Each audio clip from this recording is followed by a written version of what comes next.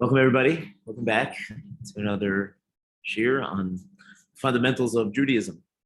So, in the past couple of weeks, we talked about clarifying what our goals are, what our purpose is, and based on the Mesilas Yesharim and what the Sefer Bilvav Mishkan Edna is telling us, is that we should take the advice of David HaMelech, who told us, "Va'ani kirvas Elokim litov," that for me, what is good is to be close to Hashem.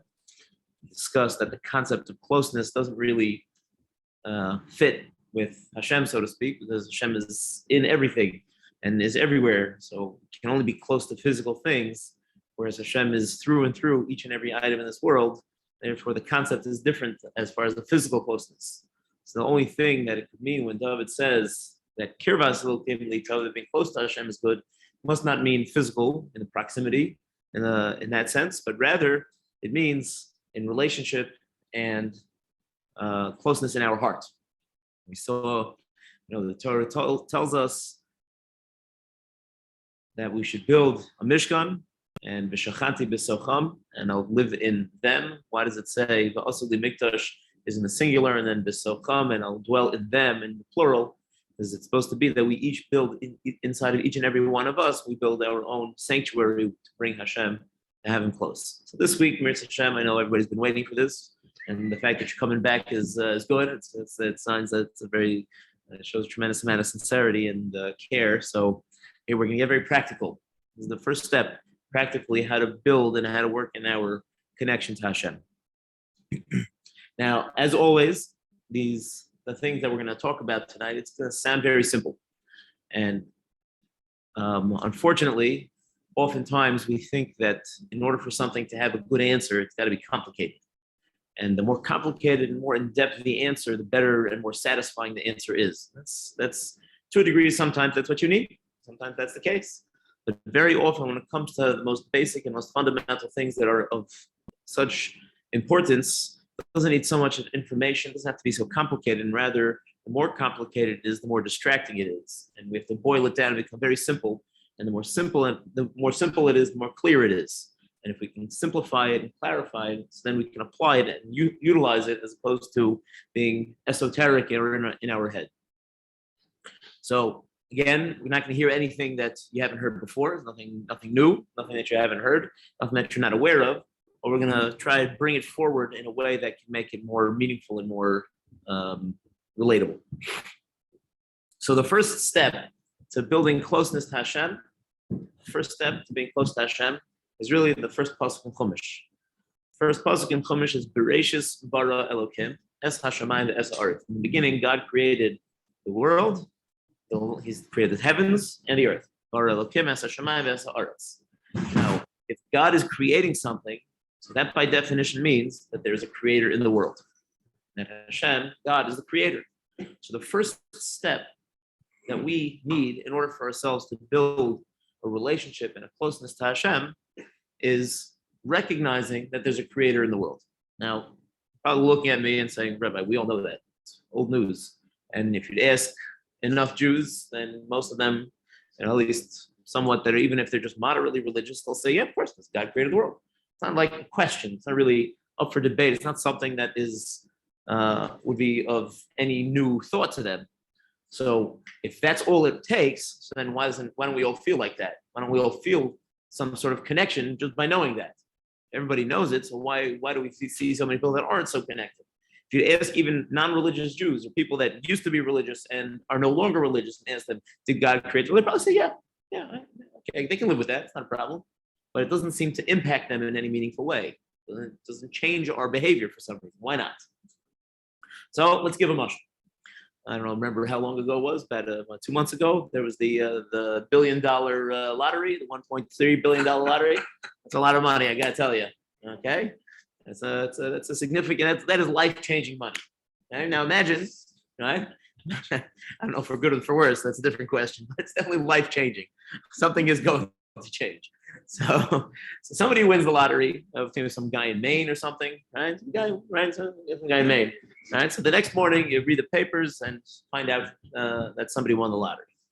So now if you walk over, imagine if I walk over to any of you, or you stop a random stranger on the street And you ask him, did you hear about so-and-so? Like, who's that? Oh, the guy, the person that won the lottery, the $1 billion lottery. Oh, yeah, I read something about it. Yeah, good for him. Are you, have you thought about it much? No. And what do we do that for? Says, well, I don't know. You didn't wonder about it? Says, yeah, well, listen, I don't know him. He doesn't know me. I'm not getting anything from the person. So what does it help me that this guy won $1 billion? I got to go to work. Leave me alone. Let me go do my business. Right? That's every normal person's approach to the person that won the $1 billion lottery. Now, knock on the guy's door that won the $1 billion, whatever his name was. Don't ask him for money. Just knock on his door or stop him in the middle of the street, and you stop this random stranger. You don't know it's him. You make the story interesting. You don't know it's him. Say, oh, did you hear about the guy who won the $1 billion lottery? The guy looks at you. It's like, oh, yeah. Like, wait, what do you mean? You look, you don't know who. Says, do you know my name? Says, no, I don't know your name. I stopped you, a random person. I stopped in the street. He says, so my name is so-and-so. Like it dawns on you, oh, you're the guy. You're the guy that won. So you ask the person, says, so what's it like? He says, day and night. I don't stop thinking about it. There's not a moment of free time this is not out of my head. I don't know what to do with the money. I don't know who's my friend. I don't know who is going to be my friend suddenly. I don't know what I should do with it, what I'm going to invest, how am I going to get the money? One thing after the other. There's constant thoughts that are going through this person's mind. So what's the difference between that guy and the rest of us? We both know who won the money. What's the difference? The difference is we don't have to live with the fact that he won the money. We know it. It's a piece of knowledge in our brain, and it's been cataloged and filed away for future reference. But that person is living with that thought. Non-stop, every breathing moment of that person's life, they are living with the fact that they won the $1 billion lottery. It's a profound difference, all about the same knowledge. So the nimshal, the parable, the way it relates to this, with knowing that there's a creator of the world, it's not enough just to know that there's a creator. We have to live with that knowledge. It has to be something that permeates our being at all times in a consistent fashion, in a way that is nonstop. This is what we think about all the time. If the idea of being close to Hashem, we quoted the pasuk says, Ba'atem hadvekim b'Hashem, you who are connected to Hashem, who are close to Hashem, chayim kulchem hayom, you're living today. So somebody who's connected, that's what life is. Life in this world is to be connected to Hashem. So if that's what life is, and if we're not connected, so then we're not really living to the fullest extent of what we could be doing. So then that means if we're not fully thinking about that there's a creator of the world, which is the first step, if we're missing that first step, then we're not living the life, so to speak. We're not there yet. So we have to build this foundation of realizing there's a creator of the world, but not just a knowledge, not just a piece of information that gets filed away for future reference. Not something that we think about when we come to Rosh Hashanah. Okay, it's the day of judgment. Why was Rosh Hashanah decided to be? Why the first of Tishrei? Should that be the day of judgment? Because that's the same day that Adam Harishon, Adam in Gan Eden was judged from eating from the tree of knowledge, and God forever and ever said this is going to be the day that people are judged. Okay, that's the only time we think about that God created the world, because now it brings up creation. Shabbos is the day that we celebrate the most celebrated event in our calendar, the Jewish calendar. The most celebrated event is the creation of the world. Every Shabbos we celebrate the creation of the world. So, okay, we think about it once a week, twice at the end of the week, a few times when we say Kiddush, twice on the weekends. So, okay, so we think about God created the world. What about the rest of the time? How do we build that foundation? How do we need that foundation? That has to be something constant and consistent, just like that lottery winner. That's something that he can't, because no matter how hard he tries, he won't be able to live without that knowledge. He won't be able to function without that thought permeating every one of his decisions from there on and for the rest of his life. If I were to ask somebody, can you describe the difference between, I don't know, let's say a Toyota and a Honda? There's differences. You can describe differences. This company does that company does this. Minivans for this, minivans for that, whatever, all the differences, right? But if you were to ask somebody, what's the difference between a car and a person? It's almost a ludicrous question. Is a car and a person? Those are two incomparable items. Can't compare a car and a human being. Can't compare an animal and a person. They both think, they both have brains, they both have legs, they both have feelings. But They're not similar things that you can say, what's the difference? You can ask, what's the difference between this person and that person, men and women, between kids and adults? Those are now like categories that you can start comparing and contrasting. A person who lives with this knowledge that Hashem created the world, there is a creator to this world, it's an entirely different existence. It's like a person, it's that person is different to other people the same way there's a difference between an animal and a person. That's how different, how vastly different we are. We're in a totally different world. We're in a totally different plane, thinking about totally different things. It doesn't change, similar to what we said, I think it was the first week we mentioned this, when I'm still going to work, I'm still going to spend time with my family, I'm still going on my vacation, all those things don't change. But there's now a pervasive thought that I'm always aware of, this consciousness that is always present in my mind, that there is a creator to the world. That's really what we are. Now, just to give some practical examples of what this means, we'll come back to some more practical things a little bit later. But a person wakes up in the morning. I don't know about you, when I wake up in the morning, the first thing I think about is, where's the snooze button? So, where's the snooze button? I could use the extra few minutes. And you're trying to figure out, okay, you wake up and now you're sitting at the edge of your bed and just trying to get yourself oriented. What did I forget to do yesterday? What do I have to do today? What day is it? What are the things that are on my list? All those things start coming, right? And then you get your day started. You walk into your office. What are the things that I have to do today? What does my boss want me to do? Do I have any meetings coming up? You go home. Okay, did a supper ready? Did I make supper? Do I have to go buy food? All of this constant transition points in our day where we have thoughts about whatever's going to be or whatever has happened in the past or in the future. It's at those points, if when we wake up in the morning, and before I start thinking about everything else, before I start saying to myself, what do I have to do today? What are the things? Do I have to wake up my son? Do I have to wake up my daughter? Who needs an extra ride? Whatever's going on, whatever it might be, before all those thoughts, one thought, there is a creator to the world. God created this world. That's the first thought. And then I step out of my bedroom and I'm ready to go into my car to shul. One thought, there is a creator to the world. I'm going to daven, or I'm going to bench, or I'm going to make a bracha, whatever it might be. I'm saying this. Why? Because God created this and I want to show God that I recognize what he has done for me. That means that God created the world. There's a creator in the world. I'm going to work and I have to take care of these appointments. And that means who provided this income for me, that I should have a sustainable life, that everything should be taken care of. Hashem, the creator of the world. There is a creator to the world.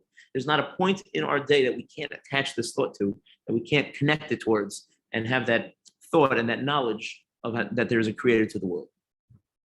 There's a famous story. Story is with Reb Aaron Kotler, and it's based on a concept. The story is based on a concept that we know there's two Shvatim, two of the 12 tribes, Yisachar and Zevulun. Yisachar was known to be the Torah studiers. They sat and studied Torah all day long. And his brother Zevulun was the financiers. They made a lot of money. Lachof Yam and Mishkan. They lived on the coast. They had boats and did a lot of trade and whatever it was. And the deal was that Yisachar would study the Torah, Zevulun would work and would support Yisachar, and they would share the reward of Yisachar's Torah study. It wasn't like a 50-50. The next one was 100%. 100%. Whatever reward Yisachar would get, Zevulun would also receive the same exact reward in the next world.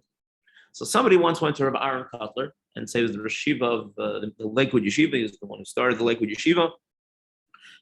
Somebody once went to him and says, I don't understand. If it's the same reward, so then why should I even bother finding time for myself to learn? I'll just keep on supporting Torah and it'll be fine. It'll be fine. Nothing to worry about. I'm getting the same reward anyway. So Rabbi Aaron looked at him and he says, you're right. In the next world, it'll be the same. But Yisachar will also have this world. Zevulun won't enjoy this world. Zevulun will only get the next world. And that point that he was trying to make is that studying the Torah brings along with it, it's not all about the reward for the next world. It brings along with it a certain quality of life, even in this world. And the same is for this foundational idea. This foundational point that there is a creator to the world. One who lives with that, it's not just a preparation for the next world of what's going to be after 120. We've got to build up stock. It's in this world right now, we will live much more meaningful and much more specific and purposeful life while we are here. A person goes through life and we have lots of different relationships. We have a relationship with a spouse, we have a relationship with children, we have a relationship with friends, family, parents, all types of relationships. There's all different types.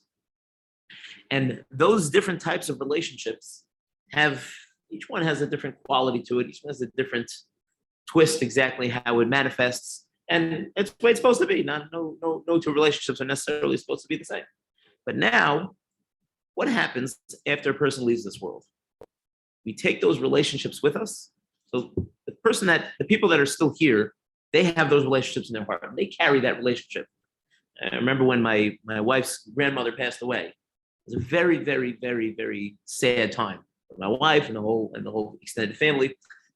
My wife's grandfather passed away before my mother-in-law was even married. So she very much took the matriarchal role in the family, and she took care of her boys and her daughters and then the grandchildren, and she was very, very involved grandmother.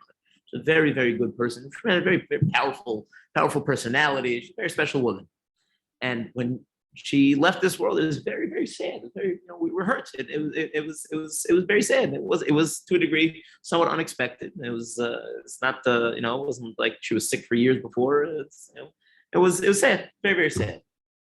And the one consoling thought that anybody had was that all the memories and all the love and all the feelings that we had with her, those we still carry with us. So her physical being may not be here, but all her memories and all the feelings that we have, that we built, and that relation that we built, we still carry those with us. So the person that left this world leaves an impression in this world. It's true. But what do they take with them to the next world? And the body that gets laid to rest doesn't go to the next world. The only thing that goes to the next world is the neshama. The Vilna Gaon says that when a person passes away, this is the greatest point of pain that a person could have. The greatest point of pain is when they pass away, they look back on their life and say, I could have done more. And obviously not in a financial way, but in a spiritual way. I could have done more. I'm going to the place where all of that matters and only matters. And now I don't have enough. I could have taken more with me. That's a very painful thought. So therefore, if we want to come to a point where we're going to carry with us things, sure, that's important. But that means that right now we have to start building and building and building in this world. And then to realize it's not just for the next world. Living with this thought that there is a creator to the world is going to change how we look at every single decision we make. The same way the lottery winner, every choice that he makes from there on in, from the point that he won the lottery on, every choice will be different. If we can have this foundation in our mind that Hashem, there is a creator to the world, so that every choice we make is going to be different. It's going to be much more meaningful and much more specific. So knowledge of something, as we said, give it another mushal. It's a good example. That knowledge of something is not always sufficient. It's not always enough. Imagine come to a restaurant and they lay out a whole nice meal. They have the chicken, they have the beef, they have the rice, they have the pasta, they got everything. Every single delicacy you want. You want sushi, they have sushi. Whatever you want, it's all there. You want salad, they got salad too. Whatever's needed, okay? You have it all, right? And you're sitting there, and they say, oh, but you don't eat. 5 minutes go by, 10 minutes go by. You call the waiter, can I eat now? No. Another 20 minutes go by, you call the waiter, can I eat now? So, sir, I don't understand. Don't you know that there's food here? Says, yeah, I know there's food here. I can see it very well. Says, and that's not enough for you? Says, I know, and the knowledge of knowing that there's food there is great for my brain, but my mouth and my stomach and all the other parts that don't think want to feel. Not good enough for them to just know. They need to feel the food. They need to taste the food. They need to experience it. So there's a passage that says, Ta'amu uru'u ki tov Hashem. To taste and see that Hashem is good. You taste and see. How do you taste? I mean, to taste. You have to have some sort of experience that allows us in a meaningful, much more sensory way to feel Hashem, to taste and to realize and to experience that there is a creator to the world. So that's the first step. We have to first tell ourselves there is a creator to the world. Now, we're going to make this very, very practical, okay? And the more practical it is, hopefully at the end, we'll give a little bit of an exercise of what we can do until the next class for a week. And so not too much homework, but and we'll see. And I'd love to hear from everybody And it's if we can do this together as a group, see what it was like over the week, how did it feel, what came up for you, and what the experience was like. I'd love to hear feedback about that. But we need that's the direction where we're going. So I'm just going to pause here. If there's anybody any questions, any thoughts, any clarification, then we can continue moving forward. Yeah.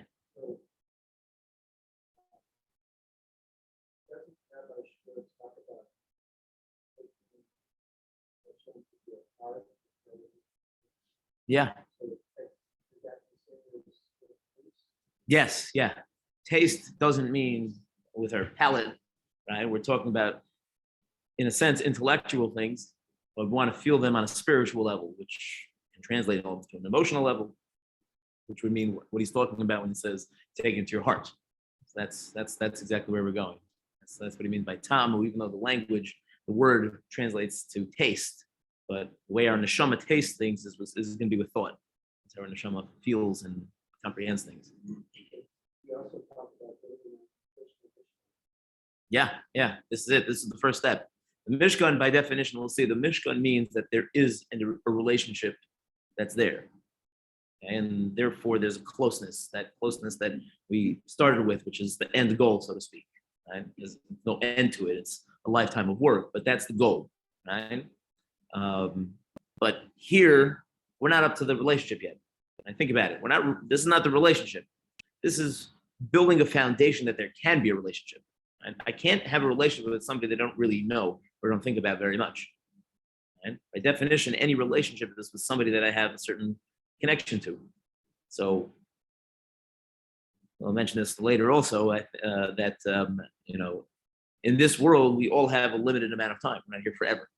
So we're only going to invest in relationships that we really see as meaningful, that we can invest in them for the amount of time that we're here.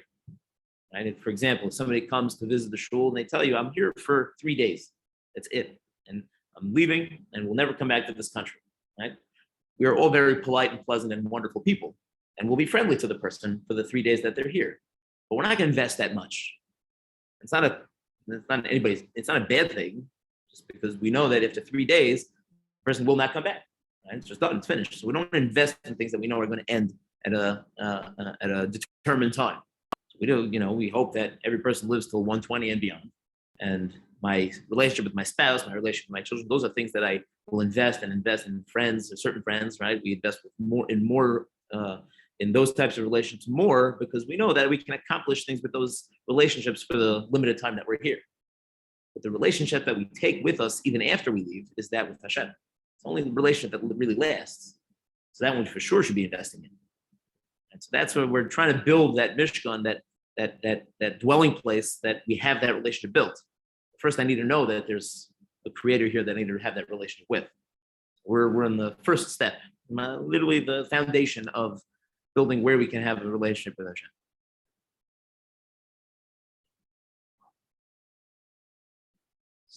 One of the sort of challenges of wanting to be more religious is that worrying about losing individuality. Sure. In the sense of like, instead of having my own way, that's like accepting authority from wise people or tradition and things like that. But I saw it first said, I think it was on God's website or something, but it said that connecting to Hashem, that's when you become really who you are, real self, more of yourself. But can you sure deeper into that? Because I like that. Sure. I'll say two things. You live your life. Everybody lives their life according to a certain set of general rules. Whatever individuality we have is always within a context, right? Let's say somebody would walk into a public library, and this person would walk in the public library and start cursing nonstop, right? So you tell them stop. It's not appropriate. It's a public place, and just running your mouth like that. That's not okay, right?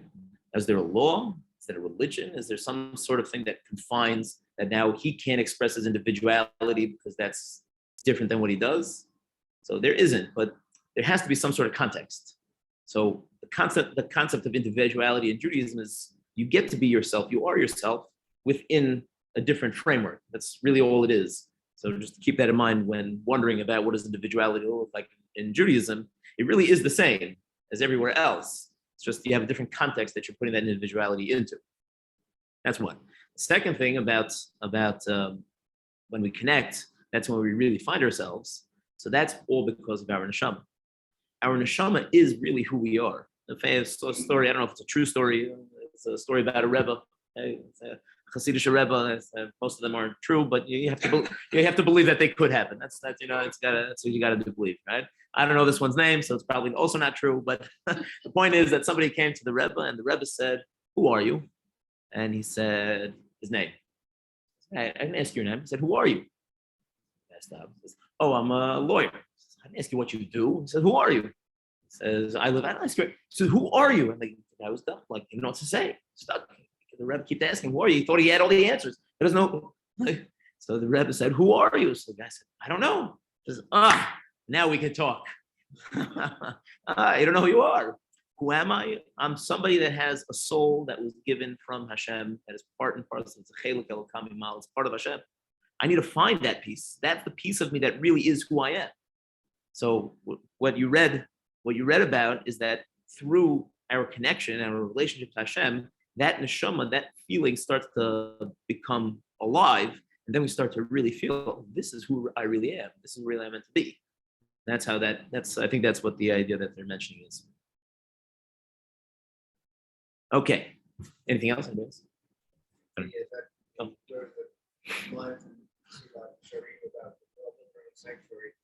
element of individuality to it. Yeah. All going to be same, Right. Same construction. Absolutely. Excellent. That's an excellent point. Yeah, absolutely. Okay. So how do we do this? You have to think that there's a creator in the world. We have to think it in a sense that causes us to not just know it as a piece of information in our mind, but rather to experience it and to taste it in a sense with our neshama. Now, sometimes we think that simple things don't have a major effect. But we see from Chazal that that's not the case. We know everybody knows the story through Rabbi Akiva. He's 40 years old, he couldn't read the Aleph Beis. And what changed him to realize that he could do something was he saw the water and how it pierced through a rock. Now, he saw the water dripping on a rock, and the rock eventually had a hole in it. And so now, what was the difference between the first drop of water and the second drop of water? Nothing. The same water, same drop, same height, same thing. What was the difference between the stone between the first drop and the second drop? Well, the same stone. But with repeated things of the exact same thing, something as simple as a drop of water over and over and over again, that repeated behavior had a tremendously profound change on something as solid as a rock. So the simple thought of there's a creator in the world, that simple thought, that's the water. Every drop is the same thought over and over again. There's a creator in the world. There's a creator in the world. There's a creator in the world. Over and over again, eventually it will pierce. That stone is our heart of stone. The Pasuk in Navi tells us that we have a heart of stone because we're not so connected, and Hashem will trade it out, so to speak, for a stone, for a heart of flesh, and it can become soft and to be feeling and to be sensitive to the spirituality. So the first thing is it has to be repeated. We're building a habit. We have to build a habit of consistency where we consistently think to ourselves, there is a creator in the world. That means we get up in the morning, we think there's a creator in the world. We're driving to work. Who gave me the capabilities and the functions, the physical ability to be able to function? So God is the creator. There is a creator in the world. I have sustenance and livelihood from my job. Who provided that for me? There's a creator in the world. I get home, I see my wife and children. Who provided that I should have a beautiful family? There's a creator in the world. I go to sleep. Who gave me that I should have a bed to go to sleep in, and I'm going to wake up the next morning refreshed by some miracle, even though I only slept a few hours? There's a creator in the world. So it's a constant thought, and the small drop, that very small thought of there's a creator in the world. The more consistently we do it, the more times we have that thought, the more profound the effect is going to be. Now, some people are naturally able to hear something like this. Okay, Rabbi, we're going to go home now, and for the next week, we're going to just think about this, and it's going to be great. And it's important to realize that I'm not asking, and nobody would ever ask anybody, you have to change your entire life. Don't do it. I want to sit in the corner. As a kid, my mother would say, I'm going to school. My mother would say, okay, make sure you sit in the corner and cry. So, Mom, why do you want me to cry in school? She says, because you're not with your mother. And she would tell me, you know why I don't let you take the bus? I said, why can't I live 2 blocks away from the school? There was no need to pay for a bus service. So my mother would drive me. Says, you know why I don't take the bus? Because I'm worried that one day you're going to get on the bus and you're going to give the bus driver a kiss good morning instead of me. So, my mother's a funny woman. She's a very funny woman. And right, we have these consistent thoughts. We have all these opportunities, we have all these times, all these transitions that we have to think about them. So I'm not saying go sit in the corner and this way you just repeat it over and over your head. That's not it. That's not healthy. That would not be good. Don't do that. What I am saying, with what the Bilvavi Mishkan Ebda is suggesting, what we're basing this on, is that a person should find the opportunities within their life to have this thought. Waking up, going to sleep. You check the time. Okay, there's time in the world. Who sets up the time that everything should run to a certain degree? That the clocks and not the clocks, but the Earth spins at a specific speed, and then you have 24 hours to a day, and then it goes around the Earth 365 days. All these things. There's nonstop. There's not a single point in time that you can't look around and find something that can trigger the thought of there's a creator in the world. So that's what we're doing. We want to build this relationship because we know that this is the relationship that is going to be the most everlasting relationship. Without that relationship, we don't really have anything else. There's nothing real in this world that goes with us beyond. There's only this relationship that we have with Hashem. And that relationship is the most meaningful one. We have to invest in it. We have to build. We have to start the foundation. So the homework that I'm going to suggest is, I should just say like this: the ability of such a thought to have a powerful and meaningful change is something that I can tell you and you can hear, but not something you can really appreciate until afterwards. Okay, it's take an Advil or Tylenol. Okay, so the doctor tells you take this pill. It's going to, you have that pain at the bottom toe. It's going to go all the way through your body, and it's going to go to your toe, and it's going to make you feel a little better. Because doctors, there is some kind of GPS in this pill. I don't want to take, I don't want to take dangerous things. There's no GPS. Doctor, how's it going to know to get from my mouth to my toe? Help me out, doc. Right? So it's almost hard to fathom, right? Obviously with just a little bit of knowledge in biology, you figure it out. But it's almost hard to imagine that a pill can find its way exactly to where your body needs it when it's necessary. And it's hard to believe that this little thing is going to do all that. Right? It's hard to believe that this little thought can have such an impactful change. The way the Rabbeinu Shalom, the way Hashem set up the world is that we don't fully appreciate things until after we've tried to experience it and we tried to live through it and try to utilize it. It's the way the things work. So we have to give it a shot. So if you're willing to give it a shot and you want to try and taste Tamu Re'u, so then for today's Wednesday, okay, God willing, Yitzhak Hashem will be here next Wednesday for another shir. So every day for the next week, first thing when you wake up, there's a creator in the world. One time, let's say lunchtime, there's a creator in the world. Before bed, there's a creator in the world. Just that thought, nothing complicated, nothing strange, nothing hard, just very simple. There is a creator in the world. 3 times a day. 3 times a day. Some medication you take once a day, some take medication you take twice a day. This medication we take 3 times a day. Okay? Breakfast, lunch, and supper.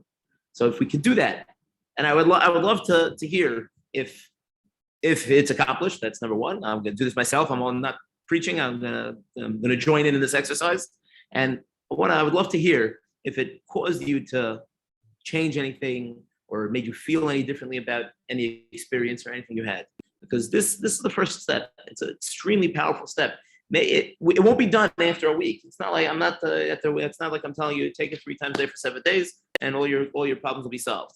This is a lifetime of work. We have to build it, and it may take months and months before we can really constantly feel and know with a tangible knowledge that Hashem created the world. Maybe that may take time. Okay, it's okay if it takes time, but we have to start. So let's start. If I can ask 3 times a day, a week, we'll think there is a creator to the world, and that's it. And Emir Hashem, next week, come together. I'll hear thoughts. We'll talk about it, share experiences, and Emir Hashem from there, we'll be able to go further. Thank you all for coming. And again, if there's any questions, I'll be happy to try and address.